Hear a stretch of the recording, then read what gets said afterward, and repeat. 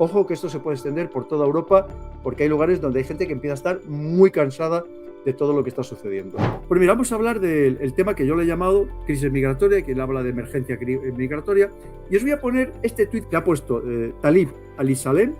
Este chico, para quien no le conozca, ha estado aquí en el programa, es saharaui, de estos hermanos que también hemos abandonado España. Una vez se hagan con Ceuta y Melilla, no dude que van a ir a por Canarias. Y si algún día consiguen, ¿no? En un hipotético caso, van a ir a por Andalucía. Mientras este gobierno español lo que hace es atentar contra sus propios intereses, alimentando ese expansionismo marroquí que lamentablemente afecta a la soberanía española. Es una persona culta, una persona preparada, lleva ya tiempo en España, es abogado, es decir, no es cualquiera, y ha hecho un análisis que me parece de lo más sereno que he visto sobre lo que ha pasado y está pasando en Torre Pacheco, en Murcia. Y si me permitís, lo voy a leer entero y luego vamos a hacer el análisis porque creo que había que hacerlo y ponerlo entero, que veáis que me ha parecido de lo más sensato que he leído al respecto. ¿Qué dice? Torre Pacheco. El antirracismo selectivo y la estrategia marroquí. Ojo con este tema.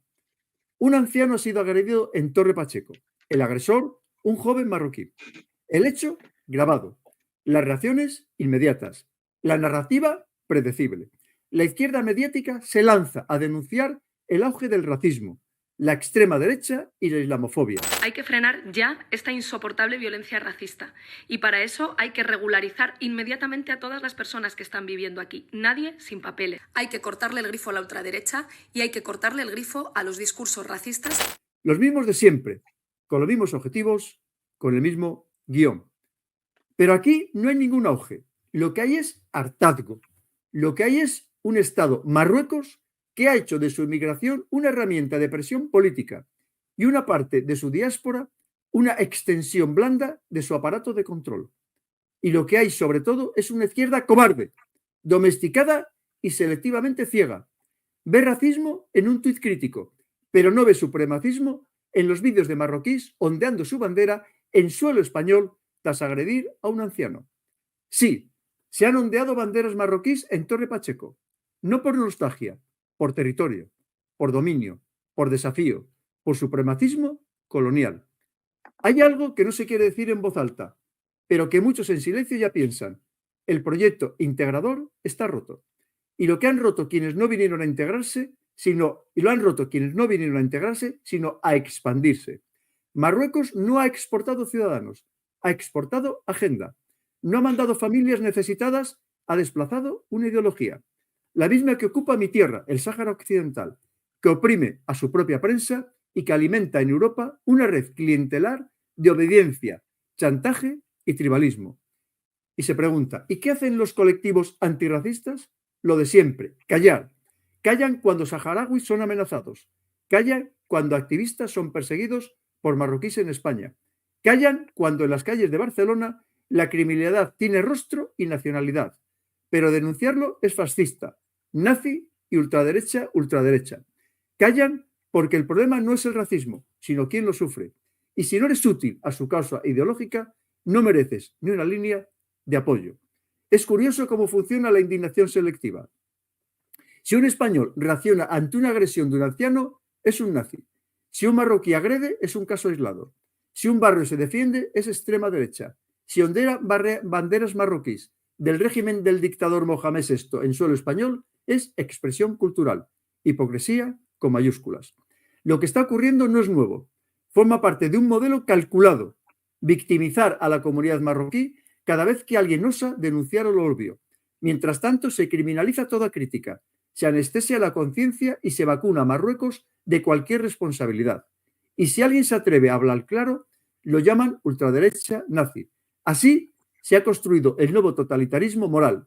O te callas o eres el enemigo.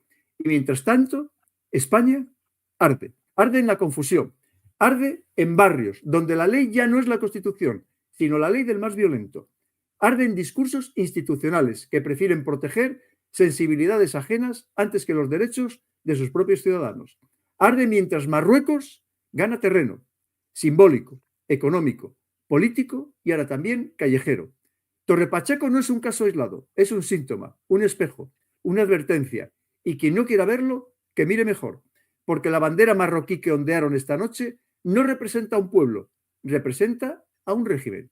Y ese régimen ha aprendido a infiltrarse no con tanques, sino con víctimas, no con soldados, sino con relatos. Y lo que está consiguiendo, y lo está consiguiendo, porque Europa ha perdido el coraje de llamar a las cosas por su nombre. Pues bien, yo no lo he perdido. Sí, hay violencia importada. Sí, hay lealtades extranjeras antes que cívicas. Sí, hay una manipulación sistemática del victimismo para proteger a un Estado agresor.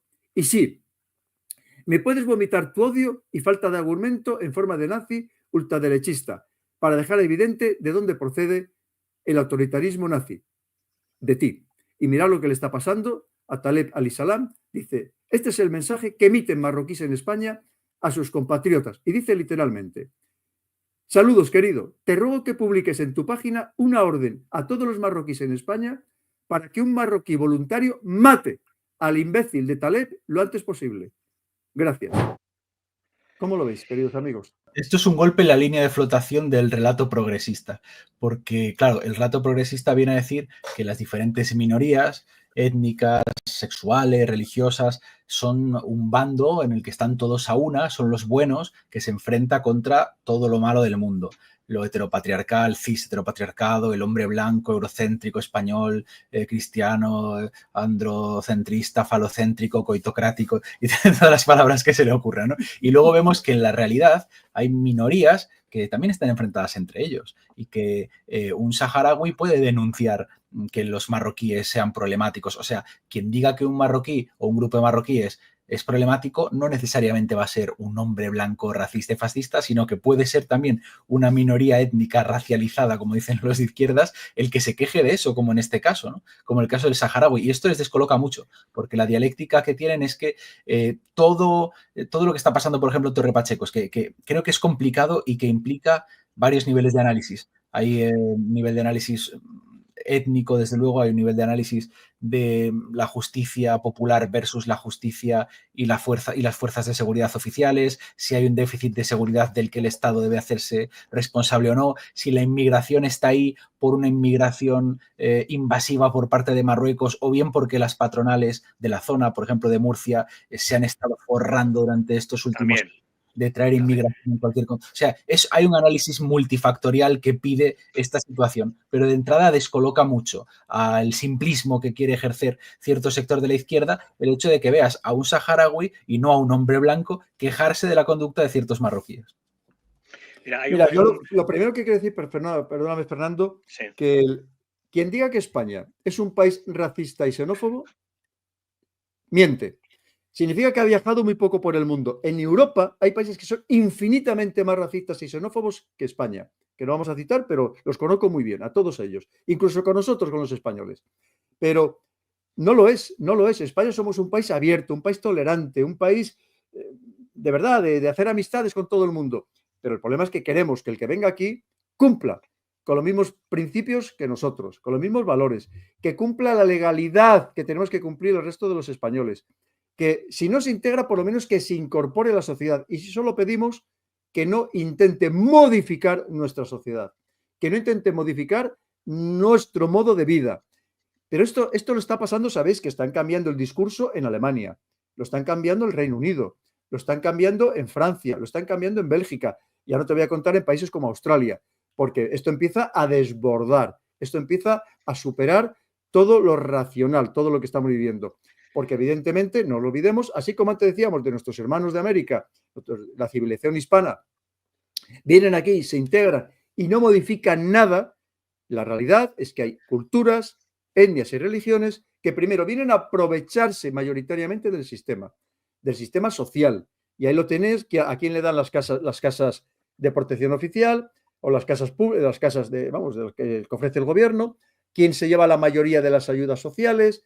Solamente hay que verlo, ahí están las listas, si es que es oficial, solo tienes que leer los nombres. Entonces, está claro que hay quien viene a aprovecharse del sistema.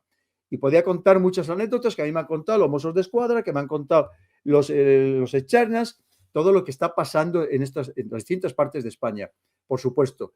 Entonces, eso es lo que tenemos que ser conscientes, por supuesto, que aquí todo el que venga de una manera legal, que venga a trabajar, que venga de una forma ordenada, que venga a aportar, que venga efectivamente a preparar el futuro de España, bienvenido sea. El que venga a aprovecharse y a intentar modificar nuestro modo de vida, hay que plantearse muchas cosas. Y el problema, Jaciel y Fernando, el problema es que aquí hay políticos ignorantes de lo que significa estas civilizaciones, estas culturas, estas etnias, estas religiones, ignorantes, que no saben ni de lo que hablan, porque ponemos a los más torpes al frente de nuestros designios, y luego y sobre todo porque por intereses políticos, por sectarismo, por fanatismo ideológico, están cometiendo muchísimos errores.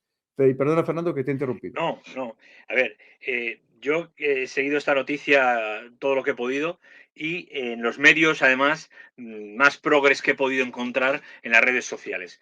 Y el trozo del vídeo que más repiten, ¿sabes cuál es? El de una persona, digámoslo así coloquialmente, enajenada o exaltada, que lanza vítores a Franco. Eso es lo que han repetido sistemáticamente para focalizar que el hecho de la reacción en Torre Pacheco ha sido un hecho de extrema derecha.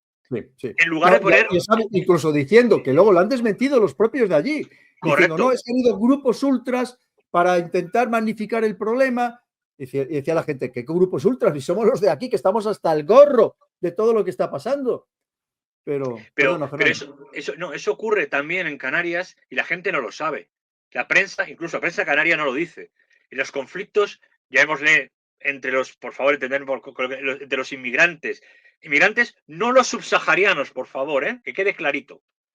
Entre los inmigrantes de ciertos tipos y los, para coloquialmente llamarlos, los autóctonos de Canarias, los canarios, ¿vale? Que también se mezclan muy rápidamente, por cierto. Yo soy parte canaria y quien diga que los canarios son racistas es que no entiende lo que es Canarias, ni cómo se ha formado Canarias, ni la inmigración a Venezuela, la inmigración a México y la inmigración que ha regresado de los indianos.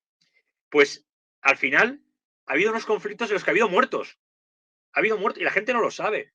Ha habido bandas que se han peleado de unos y de otros para sus intereses y nadie lo ha dicho. La policía en el Hierro está desbordada, absolutamente desbordada. Traen recursos desde la península para poder ayudar en el Hierro, donde hay una masificación absoluta de inmigrantes, muchos de ellos pobrecillos, ilegales y muertos de hambre, que tardan 2 años en cruzar África, cosa que desde el Congo, desde Mali, tardan 2 años en cruzar hasta la frontera del Sáhara. Pues mira, os pongo también otro comentario que hace Héctor, es un chico que ha participado aquí en el canal, bueno, un chico, una persona que tiene un puesto importantísimo internacional, y míralo, porque me ha parecido también el análisis muy adecuado, muy correcto, pues eso, una persona también muy serena, y mira lo que os comenta. Dice, análisis sobre lo ocurrido en Torre Pacheco. Podemos identificar 2 objetivos detrás de lo que ocurre en Torre Pacheco. Objetivo 1, controlar el llamado discurso de odio en las redes sociales para que el Estado tome el control total de las mismas y pueda eliminar al disidente sin obstáculos. De hecho, parece evidente que el Estado español está dejando que la tensión escale deliberadamente, empujando a los vecinos y a quienes se manifiestan al límite, hasta que alguien no aguante más y cometa un acto impulsivo. Así podrán justificar los mecanismos de represión y censura previstos en este primer objetivo. Además, están utilizando determinadas cuentas en redes sociales para dar las pistas sobre dónde, cómo y cuándo se organizarán los vecinos. De este modo, estas cuentas actúan como un sistema de control encubierto. Atraen a los manifestantes hacia movimientos dirigidos desde las redes, como si fueran parte de un pastoreo, siendo el creador de contenido el verdadero pastor que los guía y vigila. Estamos hablando que esta persona, al que conozco muy bien, es una de las personas que más sabe de temas digitales, de temas de control digital, de temas de manipulación digital. Es decir, que no es alguien que esté hablando por azar, ni mucho menos, y fijaros bien lo que está diciendo. Objetivo 2. Marcarnos como si fuéramos ganado, listo para que nos extraigan lo que les interesa, nuestros impuestos. Este objetivo está claramente ligado a la implantación de la identidad digital, que permitirá un control absoluto sobre nuestras finanzas, movimientos y decisiones, reduciéndonos a simples números en un rebaño perfectamente vigilado. No hay partidos, no hay colores, no hay siglas. Solo existe la lucha por lo nuestro y por nuestra libertad. Es así de sencillo. No hay salvadores por casualidad, y menos en los tiempos que corren. Son figuras creadas por un sistema totalmente podrido, diseñado para mantener a la sociedad angustiada mientras solo aspira a vivir bien. Y si hay que decirlo claro, se dice, Las religiones y culturas no conviven bien dentro de Europa.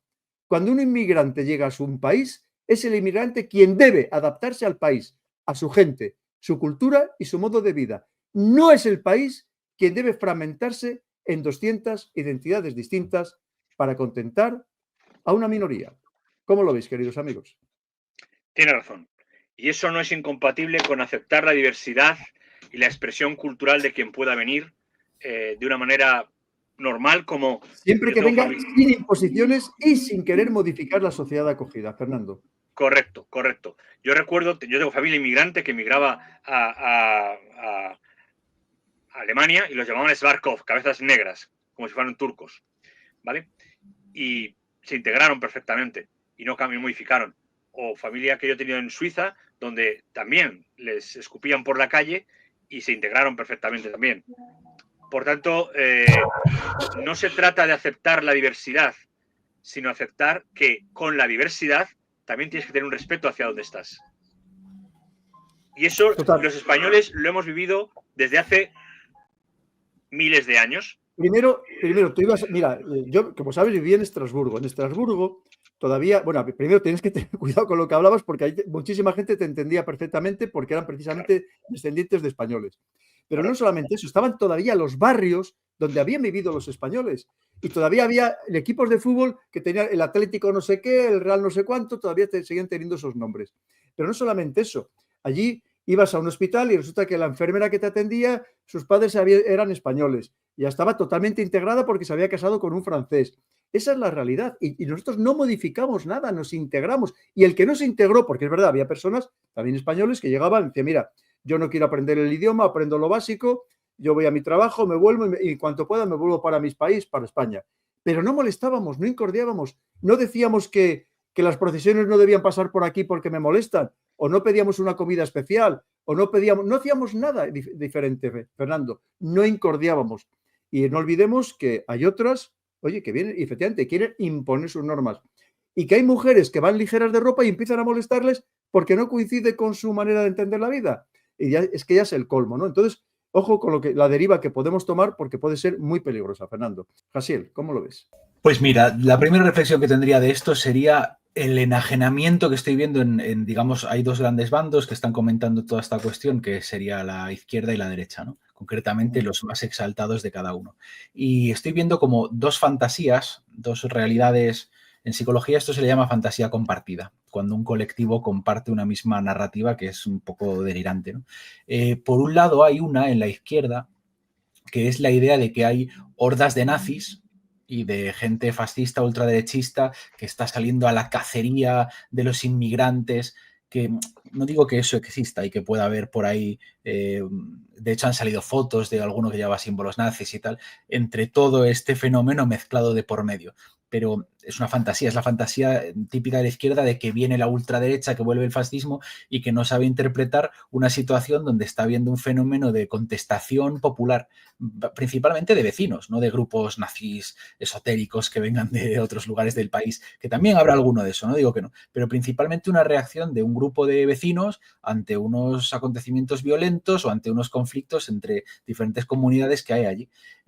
La primera fantasía es esa, la de que el nazismo vuelve a las calles, y luego hay la fantasía también semejante, igual y opuesta, en el lado de la ultraderecha y las derechas, que es la de que estamos luchando contra una especie de invasión islámica, de conquista, que es la hora de las cruzadas. Es la hora de las cruzadas, que el invasor está aquí, hay que expulsarlo y luchar contra ellos a muerte, porque, claro, dándole como una especie de tono de choque de civilizaciones, de vuelve la reconquista, vuelve tal, a una cosa que es un conflicto con un grupo de gente que yo dudo que siquiera representen al Islam o a Marruecos siquiera. Me costaría mucho ver a muchos de estos chavalines y menas y pandilleros ver que Marruecos quisiera tener algo que ver con ellos. Me costaría mucho imaginar que Marruecos los tenga como sus representantes en España o su avanzadilla en España y no sea más bien la gente que Marruecos se ha quitado de encima. la gente que Marruecos ha dejado pasar o ha expulsado o ha preferido que estén en España antes que aquí, o los ha sacado de cárceles y los ha mandado en flujo migratorio para hacer presión sobre España. Seguramente no le gustaría que esa gente volviese a Marruecos, que los deportásemos a Marruecos. No creo que sean los representantes que Marruecos querría tener, ni que ellos mismos sean siquiera, aunque alguno lleve una bandera de Marruecos y diga, no, yo no soy español, yo no soy marroquí. No creo que sean siquiera particularmente representativos de lo que puede ser la sociedad marroquí, porque no creo que la sociedad marroquí se permitiese que haya chavales corriendo con machetes y cosas así sin darle severísima reprimenda o mandarlos a la cárcel hasta que y tirar la llave al mar hasta el fin de los tiempos. O sea, no sé hasta qué punto no están interpretando la realidad objetiva de los hechos ni en la izquierda ni en la derecha. Pero mira, Jasiel, el problema de todo esto es la instrumentalización que se puede hacer tanto de la religión como por parte de un país. Ese es el problema. Si no estamos hablando de las personas individuales, que por supuesto el otro día, de estas tonterías que te dicen, si tuvieras que subir a un ascensor con un judío, con un musulmán, ¿con quién subirías? Y yo digo, con el que sea mejor persona. Pero si a mí la religión me da exactamente lo mismo. Yo nunca he tenido ningún problema y sigo sin tenerlo con nadie, Jasiel. El problema es de la instrumentalización de la religión y de las nacionalidades, llegado el caso. Y sobre todo en algo muy importante, que es la diferencia de natalidad, el problema demográfico, que como poco a poco se pueden ir imponiendo. Y ya hay en muchos lugares de Europa donde hay poblaciones pequeñas y no tan pequeñas, donde más de la mitad de la población son musulmanes, con lo que ello significa que simplemente, como dicen, de una manera democrática nos podemos ir haciendo con el poder, primero local, luego autonómico, luego nacional, simplemente de una manera democrática a través de la demografía. Y por tanto no son las personas. Personas, claro que hay buenas y malas en todas las religiones, en todas las culturas, que se adaptan, que no se adaptan o que se adaptan aunque no se integren plenamente, no haya matrimonios mixtos, pero el problema es la instrumentalización que puede haber antes o después. Oye, que esto ya lo decía Boumediene, no se nos olvide, el presidente de Argelia en los años 90, que lo dijo en las Naciones Unidas, lo decía Bin Laden, lo dice el presidente Erdogan, lo dicen que cómo llegarán a dominar Europa con el vientre de sus mujeres. Eso también tenemos que ser conscientes, Jasiel, que no son las personas. Personas creo que hay buenas, malas, regulares, como en todos los demás sitios, por supuestísimo. Lo tenemos que entender viendo con esa visión estratégica lo que hay detrás, clarísimamente. Por cierto, estoy viendo noticias ahora mismo en Irlanda del Norte, que ya sabéis que en Irlanda, la otra Irlanda, sabéis que hasta McGregor, el luchador de MMA, se quiere postular para presidente del país, que sabéis que constantemente hay manifestaciones por todo este tema que estamos comentando. Pero estamos hablando de Irlanda del Norte y dice quema de hogueras, mensajes racistas y antimigración. Ojo que esto se puede extender por toda Europa porque hay lugares donde hay gente que empieza a estar muy cansada de todo lo que está sucediendo. Hay una cosa que apoyando lo que dice Jasiel, pero sin olvidarlo, como diría un refrán, todo es bueno para el convento. Al igual que el NSDAP, el partido nazi alemán, no era, y así lo hizo después, eliminando a las camisas pardas de Rom, ¿vale? Pero los utilizó como tropa de choque y carnaza en sus primeros momentos, pues evidentemente Marruecos no utiliza a los menas como proceso de cambio social, ideológico, geopolítico. Pero todo es bueno para el convento. Todo es bueno para el convento porque genera una gota más de un frente de lucha. Un frente de oposición. Que es un frente de penetración, quintacolumnismo y, como quieras llamarlo, modelos de influencia. ¿Que no es lo más óptimo? Claro, lo interesante sería comprarnos a todos, tener dinero todos de Marruecos, darnos grandes alabanzas y grandes mansiones y pertenecer al lobby que nos va a permitir que nuestros tataranietos vivan en lujo. Eso sería lo que querría hacer. Pero también lo otro es bueno para el convento. Pero no en Marruecos. En Marruecos y en cualquier dinámica de control social, como ha ocurrido en otros países cuando Irlanda del Norte, católicos protestantes, lucha constante, la milicia de Orange. O sea, hay muchas formas de hacer procesos de penetración social, muchas. Y luego, y vuelvo a insistir que yo no estoy en contra de la inmigración regulada, con visión estratégica, una inmigración que sea positiva para el que viene y para el que ya está aquí, que eso es lo que tenemos que buscar, que no signifique un problema ni para el que viene ni para la sociedad acogida, por supuesto que sí, y cada uno que pueda entender lo que quiera nuestras palabras, pero por supuesto nunca en contra de la inmigración, una inmigración de una manera estratégica y ordenada, por supuestísimo. Espero que te haya gustado este vídeo. Puedes dejarme comentarios abajo y también compartir el vídeo para que llegue a más personas. Y por supuesto, aquí tienes la entrevista completa, que ya veis que hemos tratado de temas interesantísimos que nos afectan a todos, también a ti.